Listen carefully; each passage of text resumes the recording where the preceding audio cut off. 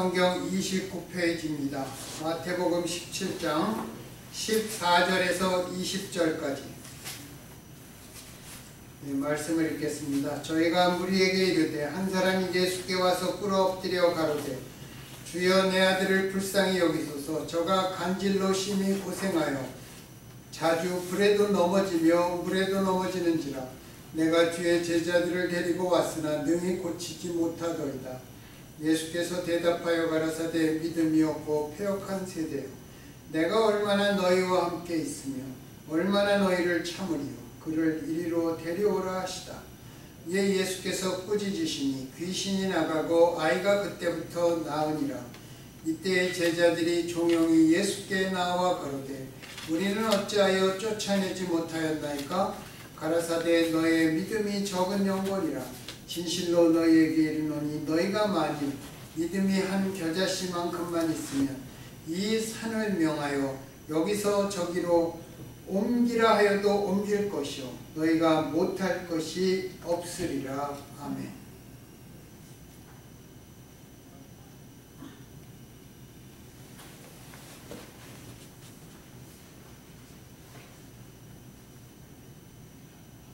오늘 본문 말씀은 8월 첫 번째 토요일 날 후반부에 간단하게 했던 말씀입니다. 오늘은 우리가 살아갈수록 참으로 필요한 것, 근본적인 해결책이 무엇인가, 그것을 이제 이번 달에 계속 생각을 해보다가 오늘 이 말씀을 같이 나누려고 합니다. 마태복음 10장 1절에 보면 예수님께서 그의 12제자들을 부르시고 더러운 귀신을 쫓아내며 모든 병과 모든 약한 것을 고치는 능력을 주셨느니라, 이렇게 말씀하고 있습니다. 예수님 앞에 나아갈 때 우리가 병을 고치기를 위해서 기도할 때가 있죠. 그 다음에 죄를 회개할 때가 있습니다. 동시에 나의 연약한 부분을 고쳐달라고 기도해야 될 때도 있습니다. 이것을 잊지 마세요. 나의 연약한 것, 나의 부족한 것도 예수님께서 역사해 주시기를 바라는 그러한 기도도 드리시기 바랍니다. 그런데 12제자들에게 주어진 그 능력과 권세가 우리들에게는 없습니다.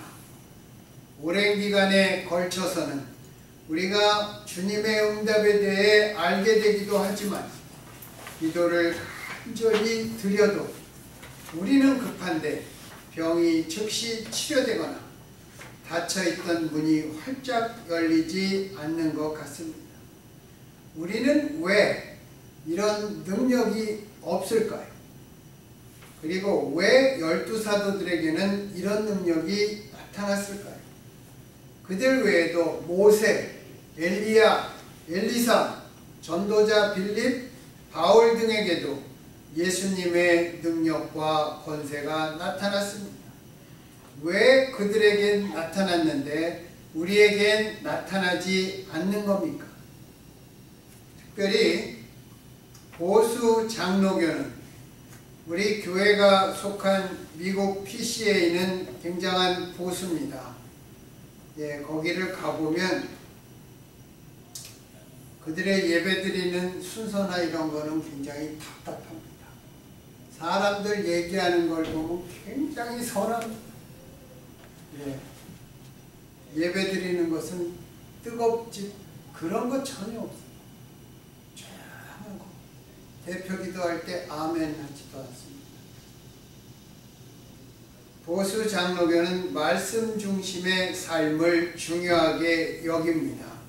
그래서 능력을 사모하는 기도를 폄하하는 사람들이 적지 않습니다. 보수 신자들은 삶의 열매를 소중하게 여기면서 체험 중심의 신앙을 경시하기도 하고 심할 경우에는 미신 취급하기도 합니다. 제 친구가 LA에서 미국 한인 PCA죠. 거기 교회 다니는데 저한테 뭐라 그러냐면, 그래 뭐 방언하고 뭐 환상 보고 그래서 어쨌단 말이야. 그렇게 얘기를 합니다. 삶의 열매가 있어야지. 그렇지만 여러분, 제가 아무 말 안 했어요. 왜냐면 말을 시작하면 말이 길어지니까. 그렇지만 우리 인간은 약하기 때문에 우리가 기도를 계속했는데 하나님께서 어떤 증거를 보여주시지 않으면 우리는 낙담하기 쉽습니다. 안 그래요? 기도를 계속했는데 하나님이 가만히 계시면 우리는 어떻게 생각합니까? 우리의 인간이 약하기 때문에 저는 그 친구의 말을 동의하지 않았습니다. 그래서 그들은 누가 기도를 받고 병이 나았다 이렇게 얘기하면 바리새인들처럼 따지고 확인하려고 합니다. 심지어 어떤 사람은, 여기 아틀란타에 사는 사람인데 조용기 목사님이 우리나라에서 기도해서 병도 고치고 뭐 그런 대표적인 목사님 중에 한 분입니다. 그런데 조용기 목사님 그런 거는 전혀 인정하지 않아요. 안 좋게만 얘기합니다. 그것과 반대로 방언을 하냐 못하냐로 믿음이 좋다 나쁘다를 결정하려는 오순절 계통의 어떤 교인들은 말씀 중심의 삶보다는 어떤 신비한 체험과 방언을 더 중요하게 여기는 경향이 있습니다.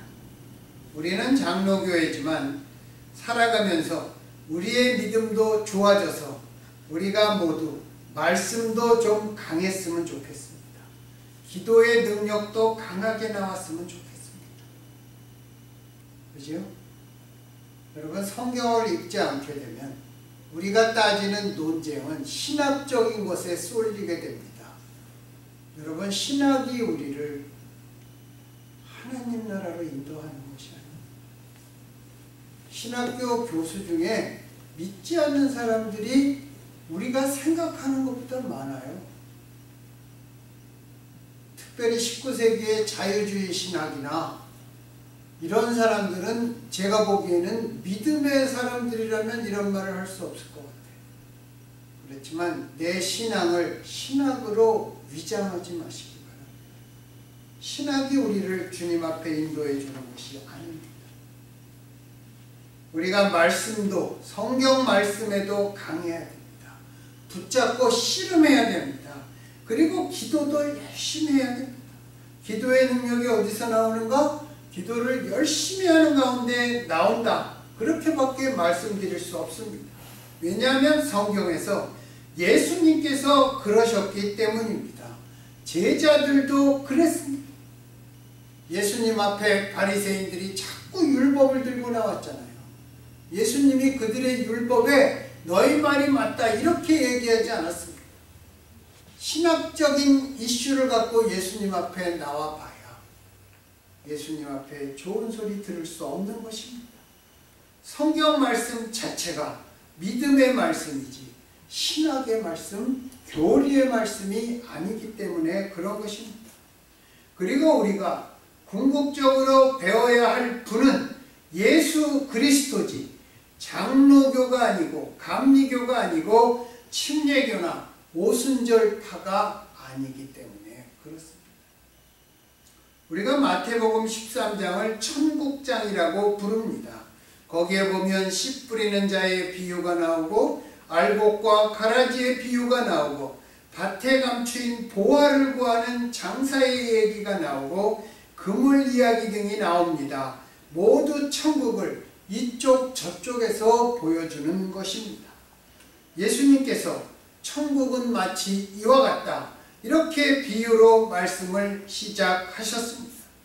만약 우리가 각각 다음 주일까지 천국을 그려오라 그런 숙제를 받는다면 우리는 천국을 어떻게 그릴 수 있겠습니까?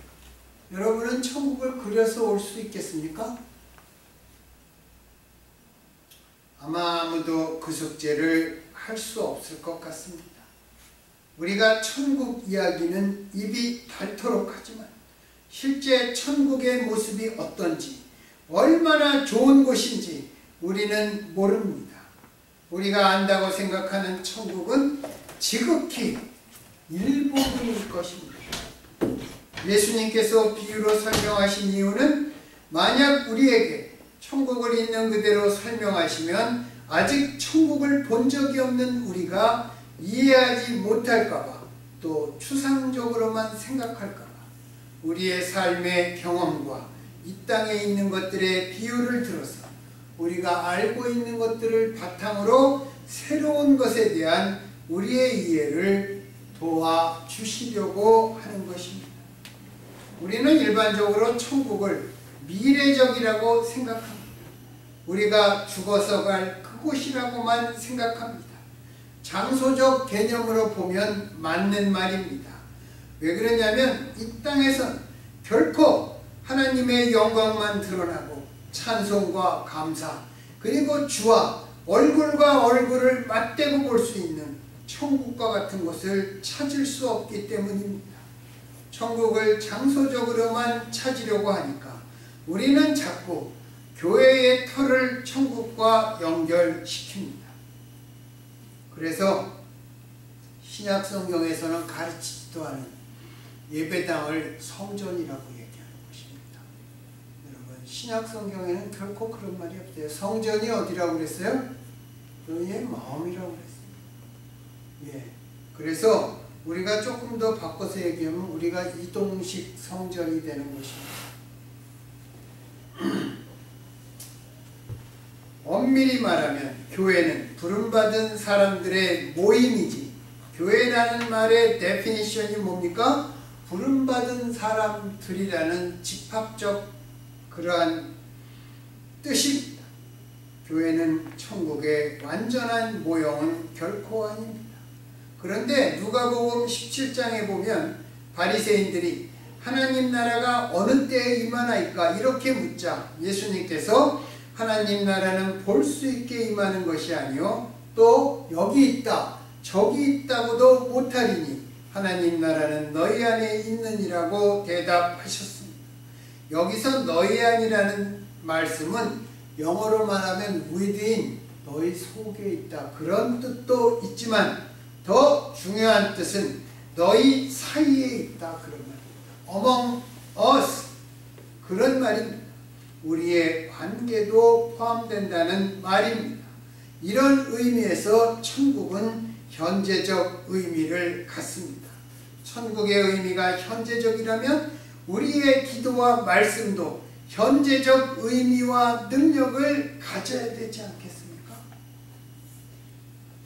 또 마태복음 12장과 누가복음 11장에 보면 내가 하나님의 성령을 힘입어 귀신을 쫓아내는 것이면 하나님 나라가 이미 너희에게 임하였느니라 그렇게 말씀합니다. 천국이 이미 현재 완료 진행형으로 우리에게 임하였다는 것입니다. 예수님께서 이 땅에 오시면서 천국은 이미 시작되었습니다. 그래서 우리가 이미 구원과 영생을 가지고 사는 것입니다. 분명 천국은 어떤 장소적 개념을 가지고 있습니다. 그러나 그것보다 더욱 중요한 것은 천국은 하나님의 임재와 다스림인 그 개념입니다. 만약 내가 마음으로 예수를 나의 주, 나의 하나님이라고 영접하고 주님의 다스림 속에서 말씀에 순종하려고 살아간다면 나는 천국을 이 땅에서부터 살아가는 것입니다. 천국, 그 하나님의 다스림이 이미 우리에게 임하셨습니다. 그 말은 무슨 뜻입니까? 우리들의 기도에서 힘과 능력이 나타나야 한다는 것입니다. 어떤 사람들은 아무리 기도해도 하나님의 역사가 나타나지 않아 기도를 포기한 사람들도 적지 않습니다. 여러분은 기도를 포기한 그러한 아픔을 겪어본 적이 있습니까? 기도를 정말 오랫동안 열심히 했는데 간절히 부르짖었는데 그들의 기도에 잠잠하신 하나님, 침묵하신 하나님의 의도는 무엇일까요? 기도하는 입장에서 보면 그들의 기도가 부족해서는 아닐 것이라고 생각합니다.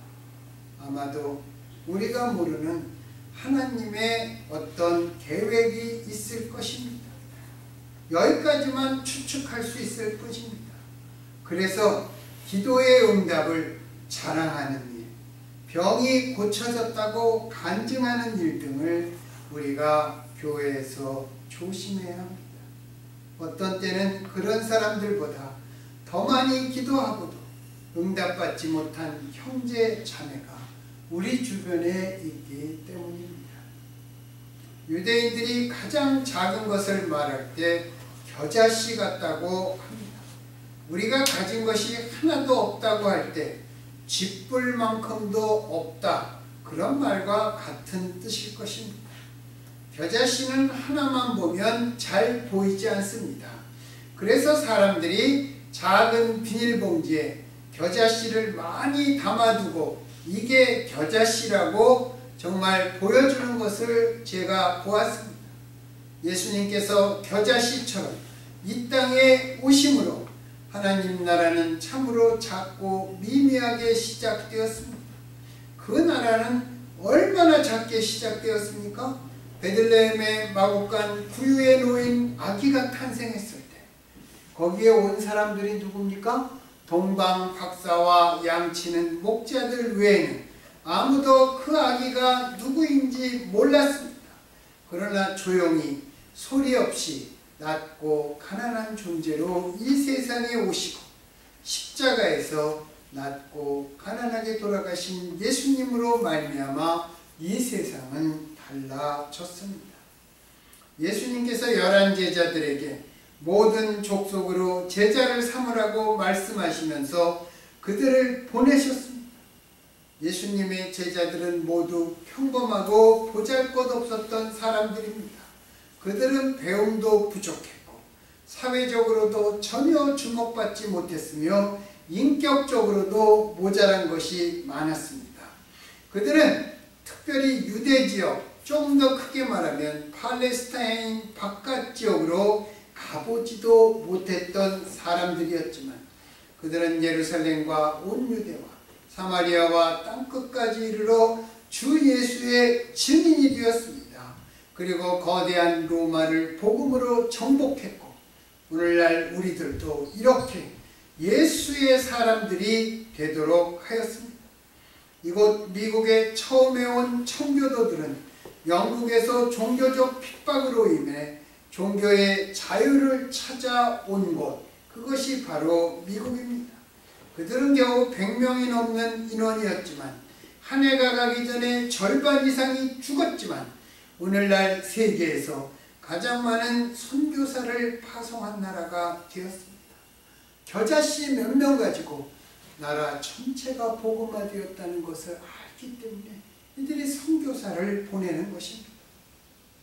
또 우리의 조국인 한국도 19세기 말 미국에서 보낸 소수의 선교사들이 찾아와 복음의 겨자씨를 뿌린 것이 지금은 인구의 25% 정도가 크리스찬이 되었습니다. 한국도 그것을 알기에 선교사들을 그렇게 많이 보내는 것입니다. 그 작은 겨자씨가 거대한 나무로 자란 것입니다. 그 조선 초대교회의 기독교사를 보면 1906년쯤 조선 기독교 총회에서 그의 기도 제목이 하나님 올해 조선에서 결신자 10명 허락하여 주시옵소서, 그런 기도를 합심해서 드린 것입니다. 선교사들과 그 조선인 장로들, 집사들이 모여서 그 기도를 드린 것입니다. 예수님께서 말씀하셨습니다. 천국은 겨자씨 같은 것이다. 너희에게 겨자씨만큼의 믿음만 있으면 산을 옮길 수 있다. 아무리 작아도 우리 속에 싫지 않은 믿음이 있다면 세상을 변화시킨다는 말씀입니다. 겨자씨는 아주 작아서 하나하나 놓고 보면 정말 눈에 이게 씨인가 아닌가 그런 생각이 듭니다. 그러나 그렇게 작은 겨자씨는 아주 단단하고 매섭습니다. 그리고 그 안에 엄청난 생명력이 농축되어 있습니다. 이 겨자씨가 자라서 나무가 되면 약 4m까지 자란다고 합니다. 아무리 작아도 생명을 가진 씨앗은 반드시 성장한다는 것입니다. 그래서 아무리 작아도 그 안에 생명이 있는 것은 소중합니다. 언젠가 무성하게 자랄 것이기 때문입니다. 마치 작은 불씨 하나가 큰 불을 일으키는 것과 같은 이치입니다. 저도 그 뒷마당 텃밭에 채소를 키우는데 고추도 심고 토마토도 심고 깻잎도 심고 오이도 심고 호박도 심고 상추도 심습니다. 이 중에서 씨앗으로 심는 것은 깻잎은 그냥 매년 거저나고요. 어떤 때는 고추, 오이, 호박, 상추 이렇게를 주로 씨로 심습니다. 모종으로 사서 심는 경우도 있지만 호박이나 상추는 매년 씨를 심습니다. 이 여러 개 중에 씨가 가장 작은 것이 상추입니다. 상추의 씨는 동글동글하게 생기지 않았습니다. 작고 길쭉하게 생겼습니다. 이렇게 씨라는 생각이 상추도 들지 않아요. 마치 무슨 아주 짧은 터럭같이 생겼습니다. 처음에 그것을 심어보면서 이게 과연 싹이 날까? 그런 의심을 했습니다. 그러나 상추가 자라면 밭의 한 구석에 빽빽하게 솟아오릅니다. 솎아주지 않으면 안 될 만큼 정말 서로 이웃과 밀고 터지면서 자랍니다. 그 작은 씨앗 안에 생명이 있으니까 싹을 내고 자라는 것입니다. 처음엔 작았지만 크게 성장했습니다. 생명을 가진 것은 자라야 하고 또 반드시 자랍니다. 겨자씨는 상추씨보다도 훨씬 작습니다. 그러나 그 안에 담겨있는 생명력은 상추씨보다 훨씬 더 강합니다. 그래서 우리의 키보다 훨씬 더 크게 자라는 것입니다. 또 이렇게 생명력을 가진 것은 자기만 이롭게 하는 것이 아니라 이 세상에도 유익을 주어야 한다는 것입니다. 성경에 보면 예수님께서 겨자나무 이야기를 하면서 날아다니는 새들이 그 가지에 깃든다고 말씀하셨습니다. 천국은 결코 관상용 겨자나무가 아닙니다. 이 세상의 빛과 소금의 역할까지 감당해야 하는 것입니다. 한국의 근대사를 볼 때도 처음엔 선교사 몇 명으로 미약하게 시작된 기독교가 이제는 정치와 문화, 교육과 사회에 자리 잡고 있는 참으로 그 세력의 크기가 지대합니다. 그런데 요즘에는 사회의 올바른 영향력을 말하고 있는 것 같지 않습니다. 그저 대형 교회들은 자본력과 마케팅으로 제 몸만 불리려고 하는 것처럼 보입니다. 그리고 그 교회의 교인들도 귀에 듣기 좋은 소리만 들으려고 합니다. 제가 서울 가서 몇몇 교회 이렇게 다녀보는데 교인들도 이렇게 좋은 소리만 들으려고 합니다. 그 목사님이 어떻게 합니까? 우리는 예수 믿고 구원받았다. 우리는 잘 돼야 된다. 우리는 뭐 어떻게 돼야 된다. 마치 예수 안 믿으면 불행은 찾아오는 거죠. 예수를 믿으면 그런 식으로 얘기하고 교인들은 아멘하고 있습니다. 이런 경우에 마땅한 것을 당연하게 말하는 그러한 목회자들이 참으로 소중하다고 생각합니다. 그 남포교회는 그런 것 같아요. 상가를 빌려서 예배드리는 그 2호선 종합운동장역에서 내려서 이쪽으로 이렇게 종합운동장 말고 가면 있다 그러는데 저는 거기는 못 가봤습니다. 그런데 그 목사님이 그렇다고 그래요. 은퇴를 칼같이 했습니다. 그리고 2주에 한 번씩 설교를 한다 그래요. 얼마 전에 제가 그 주기철 목사님의 영화를 보았습니다. 여기 저 예전 디스커버리 밀 그 몰에서 요새는 슈가로프 밀로 거기 영화관에서 한번 했습니다. 주기철 9월달에 그 주기철 목사님 그 영화 일사가고인 것 같아요. 한국 제목은. 그걸 한다 그럽니다. 그래서 우리 아이들도 가서 보라 그러고 싶어요. 주 목사님은 젊은 나이에 한국 초대교회의 상징적인 평양 산정현교회의 목사로 항상 성경의 말씀으로 교인들을 대했습니다. 기도를 열심히 한 것은 당연한 것이고요. 일제 탄압에도 결코 굴하지 않았습니다. 그래서 나중에 차디찬 평양의 감옥바닥에서 순교했습니다.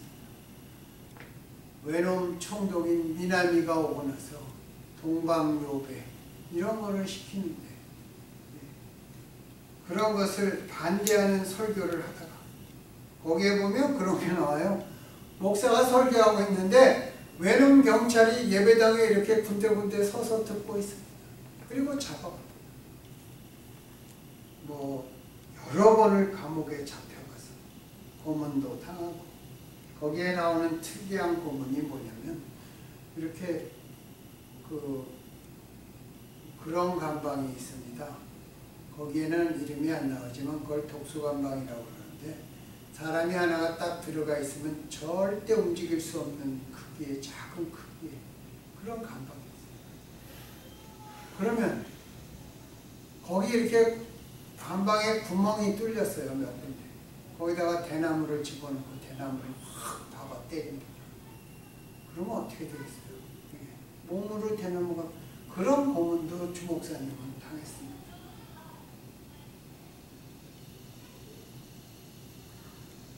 그 1938년 9월 9일날 평양인가 거기에서 제27차 조선 기독교연맹 총회가 열렸는데 외놈 순사들이 한국의 목회자들을 양쪽에서 팔을 붙잡고 나가서 거기에다가 지장을 찍게 했습니다. 천황 숭배와 동방요배를 그거는 종교하고 관계없는 것이다. 그래서 교회 지도자들이 도장을 찍었습니다. 거기에 주기철 목사님이 가면 반대하자고 외칠까봐 감옥에 딱 가둬놓은 것 같습니다. 그래서 천황을 숭배하는 그것이 한국 기독교의 참 부끄러움처럼 남아있습니다. 그 한경직 목사님 나중에 신문기자들이 한국의 태두와 같은 목사님인데 어떻게 책도 안 쓰고 인터뷰도 안 하시고 강연도 잘 안 다니시며 그랬더니 한경직 목사님이 뭐라고 얘기했냐면 나 신사참배에 도장 찍은 목사입니다. 내가 뭘 그런 걸 할 자격이 있단 말이에요. 그래서 제가 그 한마디 때문에 한경직 목사님 그는 취향입니다. 취향. 가을의 밝음 그런 뜻이고 참 존경하게 됐습니다. 그 자기의 잘못을 그렇게 회개하고 말할 수 있어야 되기도 하지만 주기철 목사님은 그것을 반대하다가 차디찬 감옥에서 죽음을 맞이했습니다. 싫지 않은 겨자씨의 믿음은 이처럼 나의 내면으로부터 하나님 나라의 외적인 확장으로 이어지는 것입니다. 마태복음 13장과 누가복음 13장에 보면 겨자씨와 누룩의 말씀이 나옵니다. 겨자씨가 외적인 성장을 의미한다면 누룩은 내적인 성장을 나타냅니다. 우리가 빵을 만들 때 이스트를 밀가루에 집어넣습니다. 그리고 반죽을 해서 놔두면 밀가루 전체가 적정한 온도에 부풀어 오릅니다. 누룩은 겉으로 퍼지지 않습니다. 소리 없이 안에서 퍼져나갑니다. 조용히 감추어진 것처럼 전체를 속에서부터 변화시키는 것입니다. 내적 변화가 우리에게 이루어지는 것과 같은 이치고 나도 모르는 사이에 변화가 이루어지는 것입니다. 로마를 변화시켰던 복음이 당시에 야만인이던 독일에 전파됐습니다. 그 무지하고 야만스러웠던 아르메니아가 변화됐습니다. 그래서 바하가 나왔습니다. 핸델이 하나님을 음악으로 찬양했습니다. 괴테와 신라가 문학으로 하나님을 찬양했습니다. 또 당시의 유럽의 끝, 쓸모없던 땅이어서 정복할 가치조차 없었던 영국이 복음을 받았습니다. 그래서 거기서 셰익스피어가 나오고 워즈워드가 나왔습니다. 복음과 문화가 접목되어 문화 속에서 하나님을 찬양하게 된 것입니다. 기독교가 가장 먼저 전파되었던 한국의 평안북도 지역, 선천, 삭주, 의주, 평양이 한국의 초대교회 장소입니다. 여러분, 그 조선 말기에는 정말 그 매관매직이 아주 성행했습니다. 어디에 사또자리 하나 들어가려면 2만 양씩 내야 됐답니다. 그리고 한 1년이나 2년 있다가 교체되니까 부임에서는 자기가 투자한 돈을 벌어야 되니까 정말 백성들을 수탈했습니다. 그런데도 불구하고 평안북도, 의주, 삭주, 선천, 평양 여기에는 돈을 줘도 아무도 안 갑니다. 그리스도인들이 잘못하면 항의하고 데모하고 그랬기 때문에 돈을 줘도 거기에 현감, 부사, 사또로 가지 않았다고 합니다. 우리가 이 누룩의 비유는 우리의 생각을 속에서부터 바꾸게 하는 것입니다. 눈이 새롭게 열리는 것입니다. 성전 미문에 앉아 동량을 구하던 안진뱅이가 어제의 베드로의 눈에는 보이지 않았습니다. 오늘 베드로의 눈이 열리니까 성전 미문에 동량하던 안진뱅이가 보이는 것입니다. 그래서 은과 금은 내게 없거니와 나사렛 예수의 이름으로 명하노니 이루어 걸으라고 안진뱅이조차 포기하고 있던 근본적인 치유의 기적을 일으킨 것입니다. 생각이 바뀌면 눈이 열리고 말이 바뀌고 행동이 바뀌고 눈에 보이는 세상과 시야가 바뀌는 것입니다. 우리의 옛사람이 변하여 새사람이 되는 것입니다. 이것을 성경은 성령의 역사라고 말씀합니다. 주 예수 그리스도의 생명의 역사이며 주님의 마음과 눈을 닮아가는 역사인 것입니다. 여러분, 우리들도 복음을 영접했습니다. 우리에게 지금 가장 중요한 것이 무엇입니까? 내가 고민하고 염려하는 것이 해결되는 것입니까? 여러분, 그것도 중요할 것입니다. 그죠? 그러나 가장 중요한 것은 우리 속에 겨자씨와 같은 맵고 단단한 믿음이 있느냐 하는 것입니다. 실체하지 않는 믿음이나 있다가 없어지는 믿음이나 겉모습만 무늬만 교인이 아니라 우리 속에 겨자씨만큼 작아서 잘 보이지 않더라도 실체하는 믿음, 있다가 없어지지 않는 예수님께서 언제나 살아계시는 그 믿음이 있어야 하는 것입니다. 이 겨자씨만큼의 믿음만 있으면 우리의 모든 문제는 우리가 기도하는 대로 예수님께서 해결하여 주실 것입니다. 왜 그렇습니까? 예수님께서 오늘 본문에서 말씀하시고 약속하시고 보증해 주셨기 때문입니다. 여러분, 우리 모두 겨자씨만큼의 실제하는 믿음을 갖기를 그렇게 말씀하신 우리 주 예수 그리스도의 이름으로 축원합니다. 기도하겠습니다.